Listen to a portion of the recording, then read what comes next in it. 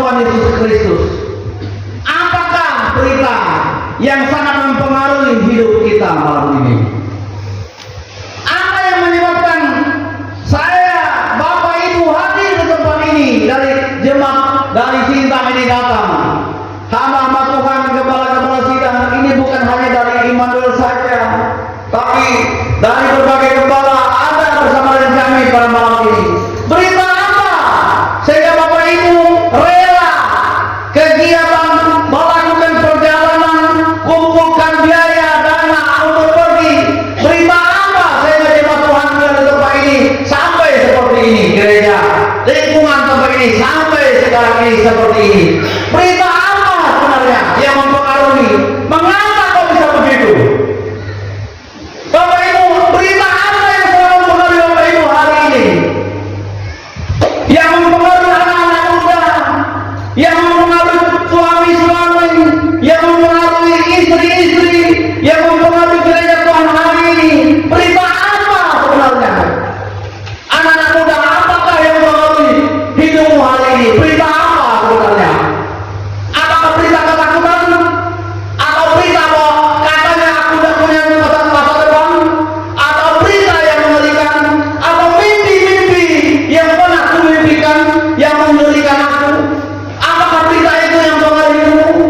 Berita apa? Ketakutan, kejahatan, berita perang di sana dan di sini, berita kelaparan, berita tidak punya masa depan yang baik. Berita apakah yang sedang mempengaruhi kita hari ini? Bapak Ibu kasih Tuhan, berita apa yang sangat mempengaruhi hidupmu sampai sekarang bisa seperti ini?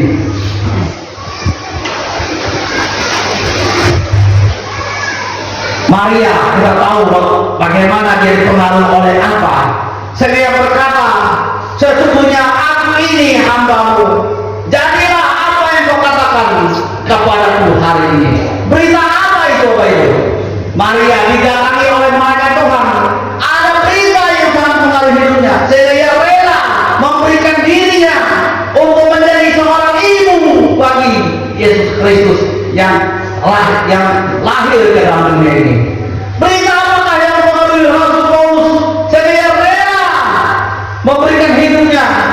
Berita apakah yang mempengaruhi Rasul Petrus sehingga ia rela memberikan hidupnya sampai ia disalibkan, kepalanya di bawah, kakinya di atas?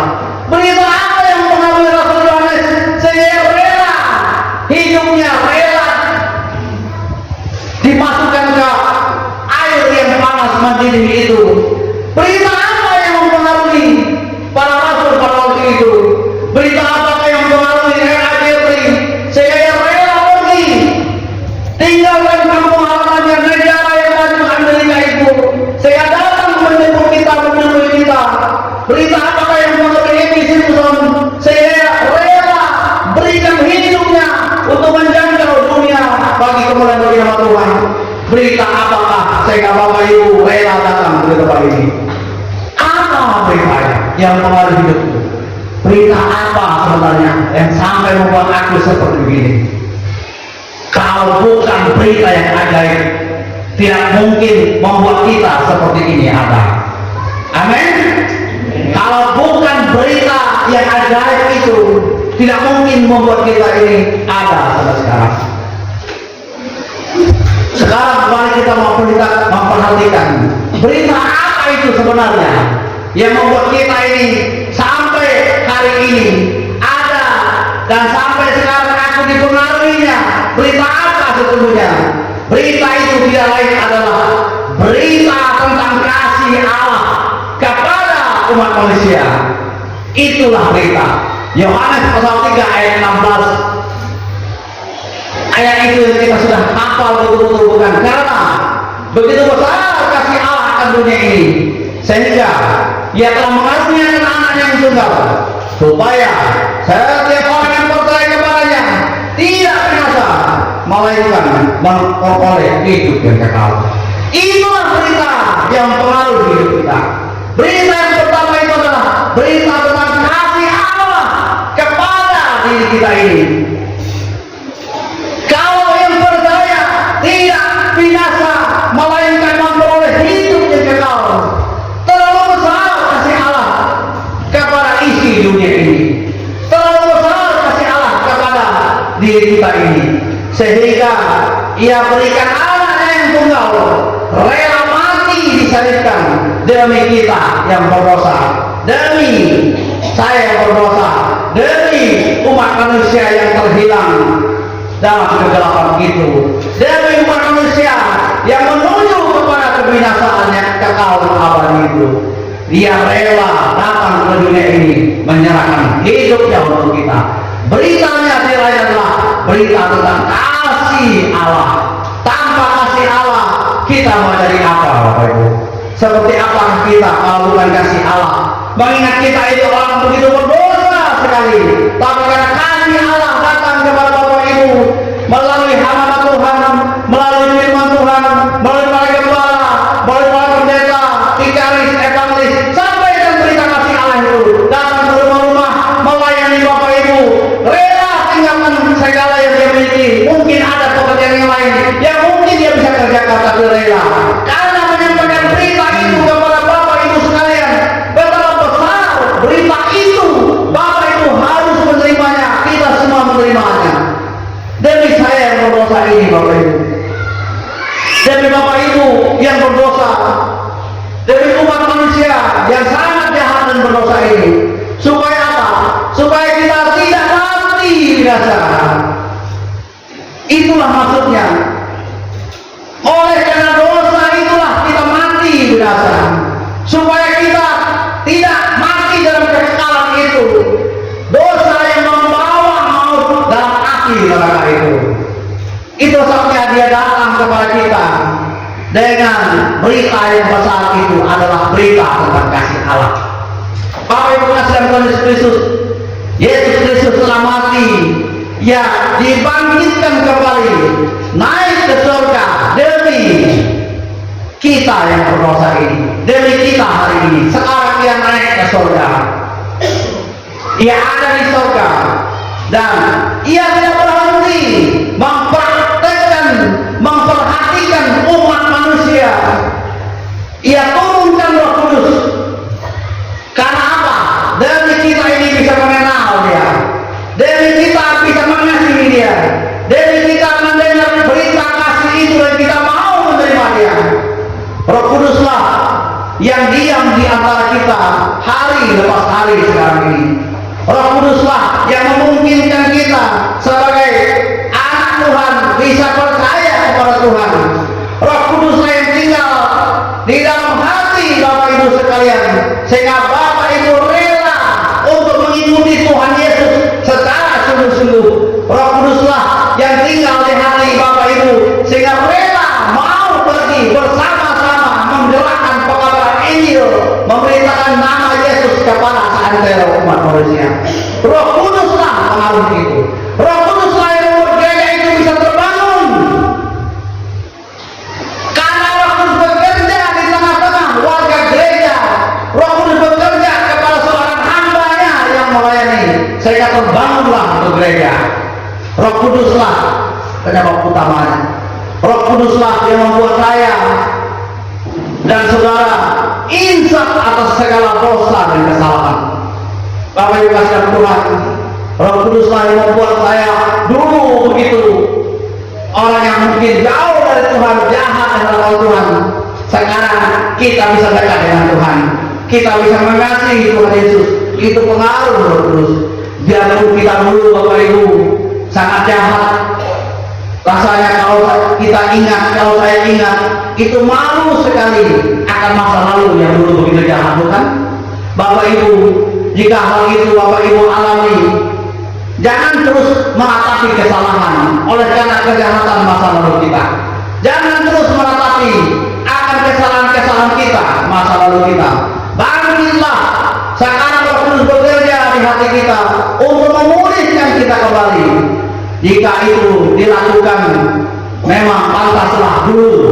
Kalau kita begitu jahat Bapak Ibu, tidak mengenal Tuhan dengan baik, kita tidak tahu bagaimana mengikuti Tuhan dengan baik, kita tidak tahu bagaimana berdoa, kita tidak tahu bagaimana melayani gereja, kita tidak tahu bagaimana membantu suatu pekerjaan Tuhan. Itu pantaslah Bapak Ibu, karena Bapak Ibu dulu kita belum mengenal Tuhan. Kalau Bapak Ibu jahat kepada seorang hamba Tuhan, kepada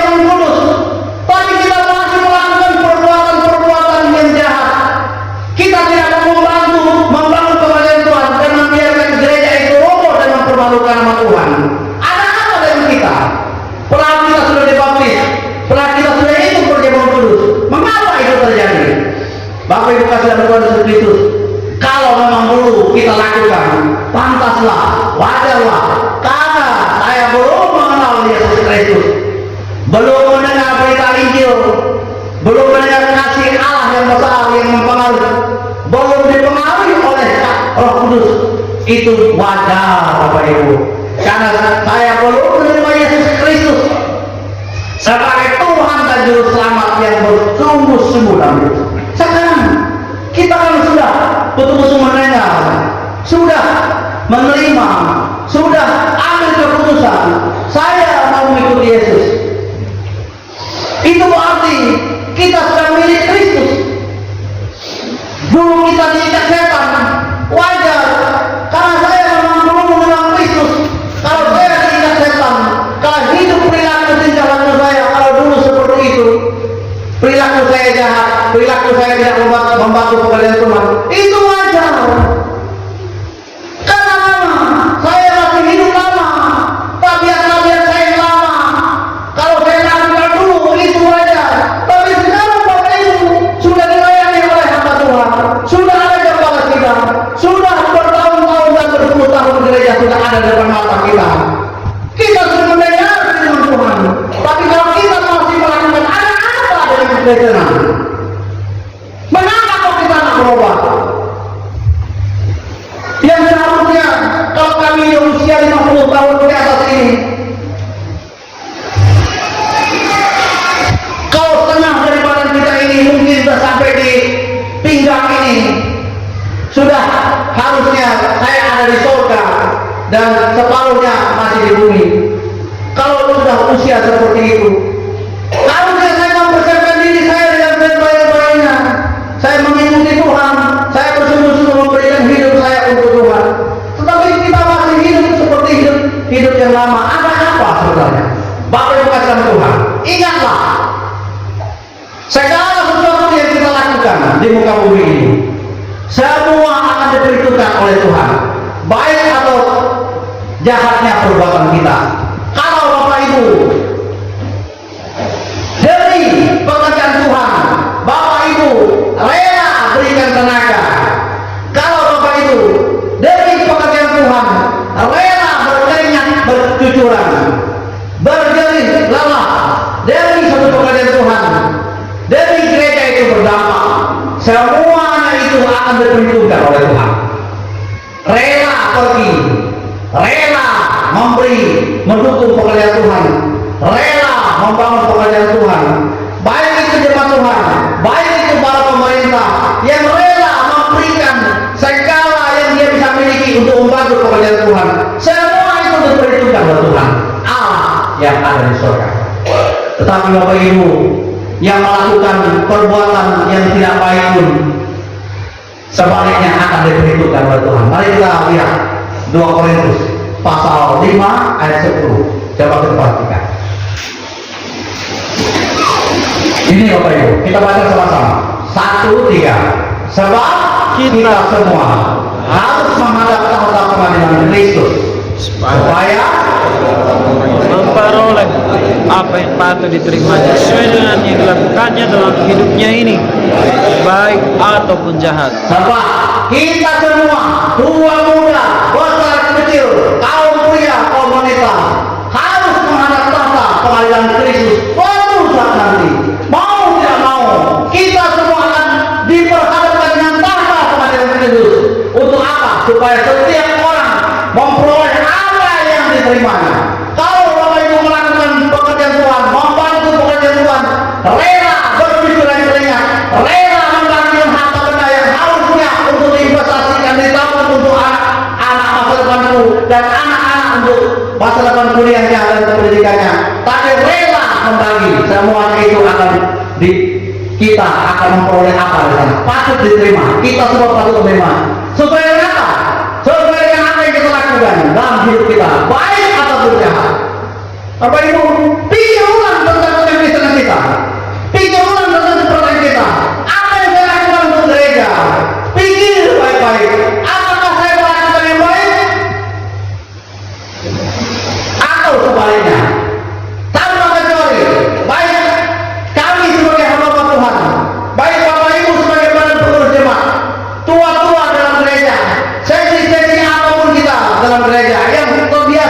Tuhan. Pikirkan ulang. Saya akan ketemu dengan dia di tempat pengadilan Kristus.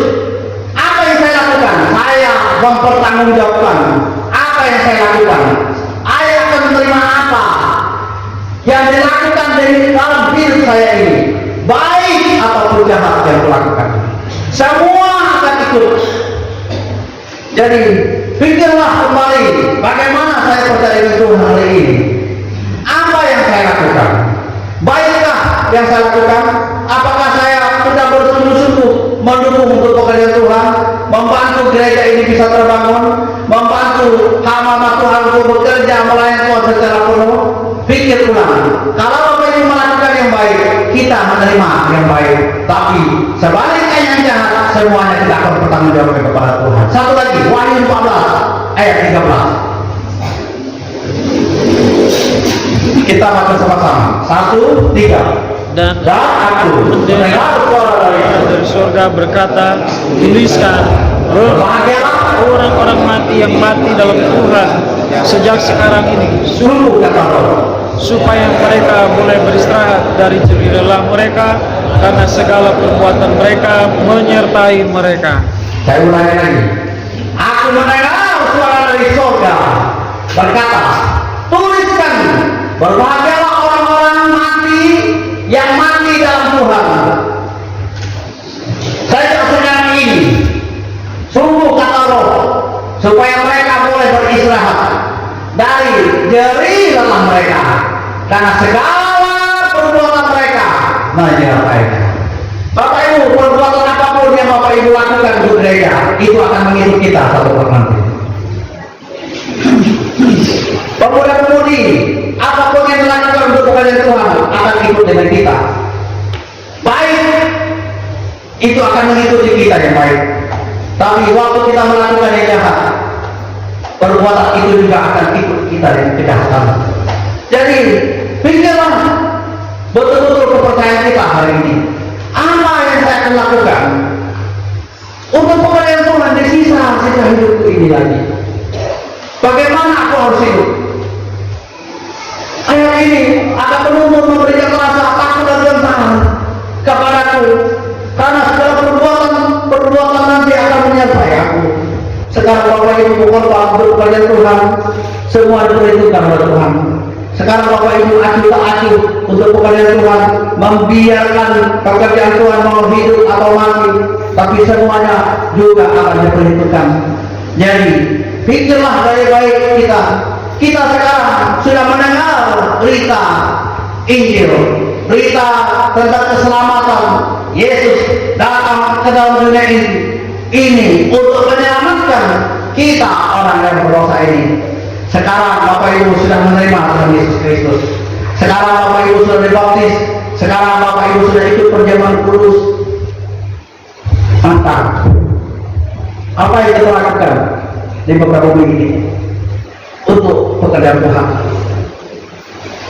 Kalau kita benar-benar milik Kristus, dulu memang kita diikat oleh setan. Setanlah yang melawan kita. Maka kalau setan melawan kita, mengikat kita, apa yang timbul? Yang timbul adalah benci, iri hati, pemecah belah, berontak, melawan, pemabuk, pesta pora. Itu kegiatan setan semuanya. Cara kerja setan menimbulkan segala kejahatan di hati kita. Sadarlah kita dan berjaga-jagalah. Lawanmu si iblis berjalan keliling sama seperti singa yang mengaum-ngaum mencari orang yang dapat ditelannya. 1 Petrus pasal 5 ayat 8. Sadarlah kita bahwa segala iri hati, benci, pemecah belah, berontak, melawan, pesta pora, mabuk, itu adalah kegiatan-kegiatan setan. Ingatlah, iri hati, benci, dengki adalah kegiatan setan. Kita ulangi sama-sama. iri hati, dengki, pecah belah, itu adalah kegiatan setan. 1, 2, 3. Iri hati, dengki, pecah belah, itu kegiatan setan. Tetapi kegiatan roh di dalam hidup kita adalah kasih, sukacita, damai, sejahtera, kebaikan, kemurahan, kelemah lembutan, penguasaan diri. Itulah kegiatan-kegiatan roh dalam gereja. Saudara kita, saya sekarang sedang apa? Apakah saya melakukan pekerjaan roh atau tidak? Bapak Ibu, sekali lagi, sadarlah kita, segeralah. Jangan kita mau dipakai iblis, jangan kita mau ditelan oleh iblis. Jikalau kita berhasil ditelan oleh iblis, kita akan mati di tangan setan. Sadarlah kita, cepatlah sadar, bertobatlah, minta pengampunan dosa. Jikalau hari ini kita masih hidup dengan sifat tabiat yang lama, berdirilah sekarang, berkata kepada Tuhan, aku harus berhenti dari sifat hidup yang lama. Aku harus berhenti. Aku tidak mau lagi dipakai. Sifat-sifat itu akan merusak diriku dan membuat aku tidak bisa diberkati Tuhan. Saya berkata, sifat iri hati, dengki, perselisihan itu sifat kuno. Sifat kita zaman yang dulu sebelum kita menerima Yesus. Sekarang orang berlomba-lomba. Bagaimana dia berkompetisi untuk melakukan yang baik. Kalau pelajar bagaimana dia belajar segiat-giatnya, secerdas-cerdasnya supaya masa depannya akan dipakai Tuhan. Kalau kami hamba Tuhan, kami akan berkompetisi bagaimana roh Allah itu ada pada kami dan bekerja sehingga memampukan pekerjaan Tuhan dalam gereja. Itu perlu menyangkal diri, perlu memikul salib dalam pelayanan, menyangkal diri.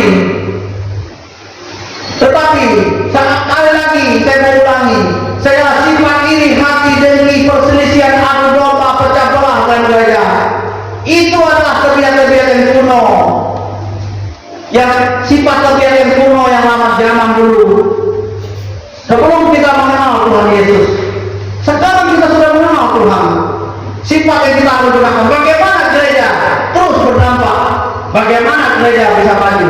Bagaimana jemaat bisa bertumbuh? Bagaimana pekerjaan Tuhan bisa betul-betul jaya di tempat aku? Bapak Ibu, sebagai apapun itu tidak kebetulan. Kami sebagai hamba Tuhan tidak kebetulan. Tuhan mau memakai kami untuk memakai Bible ini untuk memerintahkan nama Yesus kepada setiap orang yang dijumpai. Tapi Bapak Ibu yang dipakai menjadi pengurus gereja dan seluruh gereja itu dipakai oleh Tuhan untuk mendukung agar gereja itu bertumbuh, bertambah dan berkelanjutan berserta dengan hamba-hambanya. Itu dipakai Tuhan. Warga gereja semuanya dipakai oleh Tuhan. Kita pikir kembali tentang hidup melayani Tuhan sekarang. Kalau gereja tidak maju, mengapa ini Tuhan? Apa yang salah dari gereja ini? Kalau kami jemaat Tuhan hidup seperti begini gersang, ada apa ini Tuhan?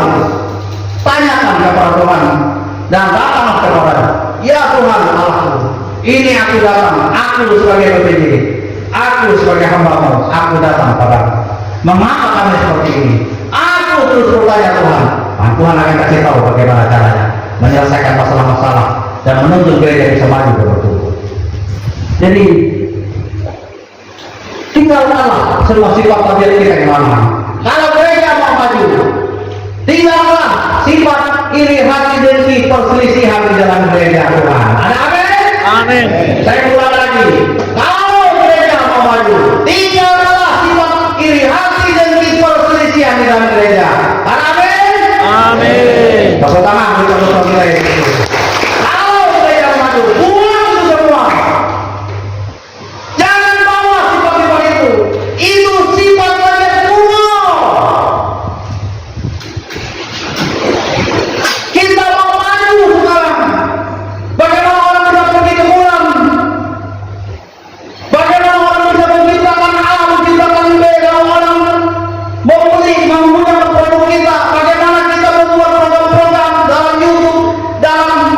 TikTok kita berlomba-lomba, kalau kemudian orang bisa menjadi berkat. Kalau Bapak Ibu di desa ini, di dusun apapun, Bapak Ibu bisa menghasilkan apa saja untuk dijual dan dikonsumsi dan dibeli oleh orang-orang di pasar, itu yang kita lombakan. Bukan iri hati diri satu sama lain. Ingatlah, kalau kita masih hidup seperti itu, kita tak akan diberkati oleh Tuhan. Kalau sifat itu masih kita tonjol-tonjolkan dalam keluarga rumah tangga, kita tidak akan diberkati oleh Tuhan. Berlombalah kita sekarang. Kalau di desa, kalau saya sebagai petani, kalau saya sebagai apapun, petani apa yang saya akan kerjakan supaya hasil taniku ini bisa berdampak. Saya akan jual di sana dari sini dan saya akan bantu pekerjaan Tuhan. Itu yang kita lombakan. Kalau kemudian saya mahasiswa, bagaimana supaya aku bisa berhasil mendapatkan nilai terbaik dan aku mahir dalam soal-soal ini? Itu yang kita lombakan.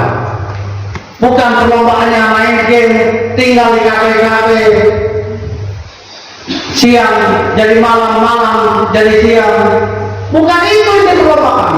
Kalau kami hamba Tuhan, bagaimana kami dipakai oleh Tuhan, diurapi oleh Roh Kudus untuk supaya gereja Tuhan yang kami pimpin diberkati dan maju bertumbuh. Itu yang kami lombakan. Segala sifat tabiat yang tadi saya sebutkan, itu sifat terlihat kita belum mengenal Tuhan dulu. Kalau dulu oke, karena Injil belum mengubah hidup. Tapi sekarang Tuhan, Injil sudah mendengar. Kasih mengalir dalam hidupku. Mengapa aku harus seperti ini lagi? Mengapa aku tidak berubah? Mengapa aku tidak maju? Mengapa keluarga aku tidak diberkati? Mengapa Tuhan? Tanyakan aja kepada Tuhan. Dan kalau sudah menemukannya, Bapak Ibu, segeralah berubah. Itu berita yang mempengaruhi, yang sangat mempengaruhi hidup. Yaitu berita tentang kasih Allah. Apalagi yang sangat mempengaruhi hidupku? Yang kedua adalah berita Yesus siapkan rumah untuk saya di surga. Itu dia. Yohanes 14 ayat 2. Itu berita yang sangat mempengaruhi hidup saya. Baca sama-sama, 1, 3. Di rumah Bapakku banyak tempat tinggal. Jika tidak demikian, tentu aku mengatakannya kepadamu. Aku pergi ke situ untuk menyediakan tempat bagimu. Inilah berita yang sangat mempengaruhi. Walaupun Bapak Ibu di dunia ini hidup sederhana, mungkin tidak memiliki rumah yang seindah segala yang kita idamkan seperti orang yang biasa tinggal di hotel-hotel dan di apartemen di tempat-tempat yang indah dan megah. Walau hidupku sederhana, tapi aku masa hidupku akan kuberikan ke Tuhan. Aku akan menyiapkan bahan-bahanku di tempat ini. Aku akan percaya kepada Tuhan seumur hidupku, akan kusiapkan bahan-bahanku, dan Tuhan Allah pada waktu memanggil aku, rumahku tersedia di sana. Itu yang mempengaruhi. Mengapa kita sampai segini-gininya itu Tuhan? Mengapa kok rela-relanya? Mengapa kok saya harus mendukung, memberi? Mengapa saya harus berdoa? Saya harus rutin berdoa. Mengapa saya harus rutin pergi ke gereja? Mengapa saya harus memberi 10 dengan benar? Karena ini berita ini yang mempengaruhi saya. Di rumah Bapakku banyak tempat tinggal. Jika tidak demikian, aku mengatakan kepadamu, sebab aku pergi ke situ untuk menyediakan tempat. Memang Tuhan Yesus menyediakan tempat, tapi bahan-bahannya semua dari kita. Apa yang kita lakukan di muka bumi ini, itulah bahannya. Bapak Ibu memberi, itu sebagai bahan.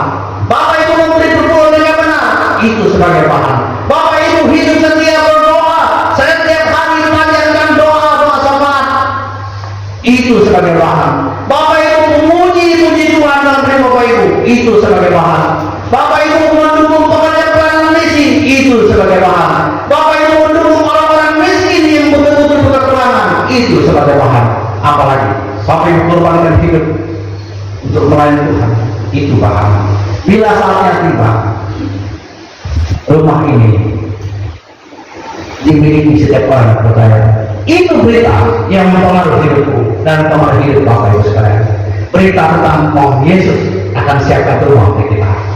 Kalau kita tidak punya rumah yang megah, yang indah ini, walau kita hidup mungkin numpang di sana, sewa di sana, sewa di sini, tapi bukan berarti kita sewa terus. Tapi pikirkanlah, saya harus bangun rumah. Tapi kalau rumah tidak bisa yang indah, tidak bisa megah, tapi jangan kecil hati, jangan kecewa, jangan putus asa.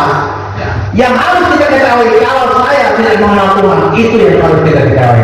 Tapi walau hidup itu sederhana, tapi aku dan anak istriku tetap percaya kepada Tuhan, tetap bahagianya.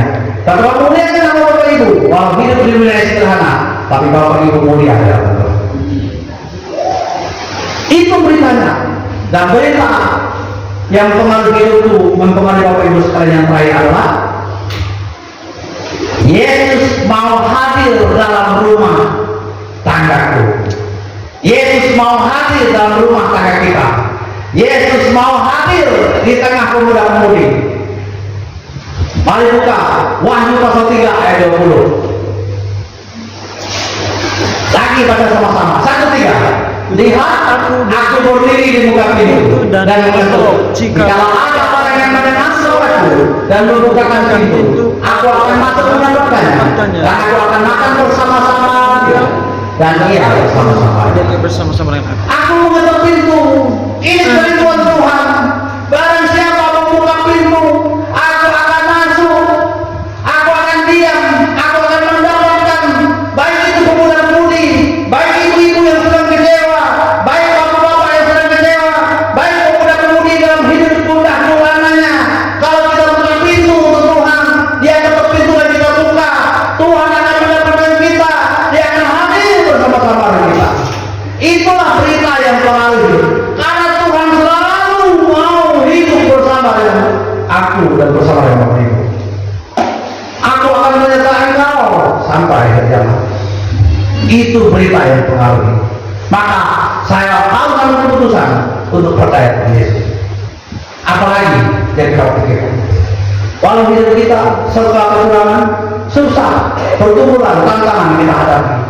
Tapi berita yang sangat mempengaruhi aku, bahwa Tuhan akan menyertai aku.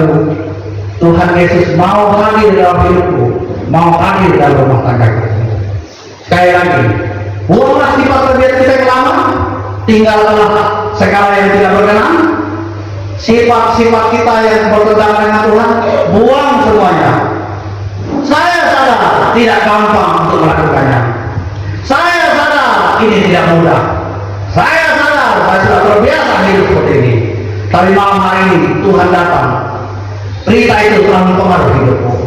Berita itu adalah berita di antaranya Tuhan mau pulihkan hidup. Tuhan mau tinggal bersama dengan aku di rumah. Bukalah pintu hati kita, bukalah rumah tangga kita. Yesus ketuk pintu dan dia mau hadir bersama kita.